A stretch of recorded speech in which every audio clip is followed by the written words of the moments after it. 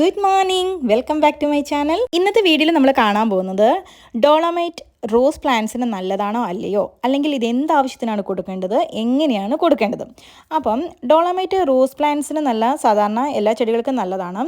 ഇത് എന്തിനാണ് കൊടുക്കുന്നതെന്ന് വെച്ചാൽ, ഇത് വളർന്നുള്ള രീതി കാലും നമ്മളത് കൊടുക്കേണ്ടത് എന്തിനാണെന്ന് വെച്ചിട്ടുണ്ടെങ്കിൽ മണ്ണിൻ്റെ pH ബാലൻസ് ഒന്ന് മെയിൻറ്റെയിൻ ചെയ്ത് കൊണ്ടുവരാൻ വേണ്ടിയിട്ടാണ് കേട്ടോ.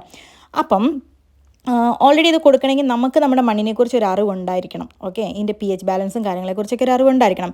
pH ബാലൻസ് നന്നായിട്ട് എന്ന് വെച്ചാൽ അത് ബാലൻസ് ചെയ്തൊരു പോകുന്ന ഒരു മണ്ണാണെന്നുണ്ടെങ്കിൽ നമ്മളിത് കൊടുക്കേണ്ട യാതൊരു ആവശ്യവും ഇല്ല. കാരണം ഇത് കൊടുക്കുന്നതോടുകൂടി അതിൻ്റെ അളവ് കൂടിയിട്ട് ഈ റോസ് പ്ലാന്റ്സിന് അല്ലെങ്കിൽ ഏതൊരു പ്ലാന്റിനാണെങ്കിലും ബാക്കി വളങ്ങളൊന്നും അതിലേക്ക് എടുക്കാൻ പറ്റാതെയാകും കേട്ടോ.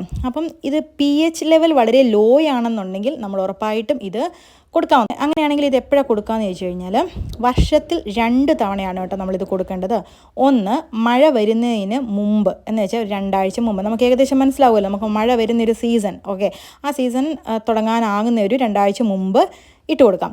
എങ്ങനെ ഇട്ട് കൊടുക്കേണ്ടതെന്ന് വെച്ച് കഴിഞ്ഞാൽ, ഇപ്പോൾ ഒരു 12 ഇഞ്ച് പോട്ടിലേക്കാണെങ്കിൽ നമ്മൾ 1 തൊട്ട് 2 ടീസ്പൂൺ എടുത്ത് വെച്ചിട്ട് ചെടിക്ക് ചുറ്റും കണ്ടിന്യൂ തൊടാതെ കൊണ്ട് നമ്മൾ ഇട്ട് കൊടുത്തിട്ട് ഒന്ന് മണ്ണൊന്നിളക്കി മണ്ണൊന്ന് മൂടി കൊടുത്തതിന് ശേഷം കുറച്ച് വെള്ളം ഒഴിച്ച് കൊടുക്കണം.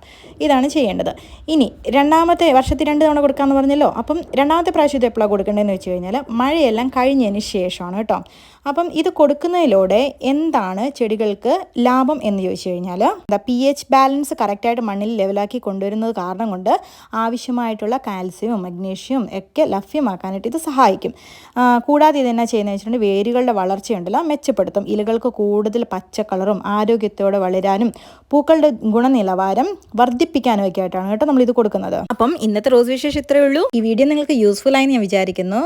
അടുത്ത റോസ് വിശേഷവുമായി നമുക്ക് മറ്റൊരു വീഡിയോയിൽ കണ്ടുമുട്ടാം. പക്ഷേ കണ്ടുമുട്ടുന്നതിന് മുമ്പായിട്ട് ഈ ചാനൽ നിങ്ങൾക്ക് ഇഷ്ടമാവുകയാണെങ്കിൽ, എൻ്റെ വീഡിയോസൊക്കെ നിങ്ങൾക്ക് യൂസ്ഫുൾ ആണെന്ന് തോന്നുകയാണെങ്കിൽ എൻ്റെ ചാനൽ സബ്സ്ക്രൈബ് ചെയ്ത് ഷെയർ ചെയ്ത് ലൈക്ക് ചെയ്ത് കമൻറ്റ് ചെയ്യണേ.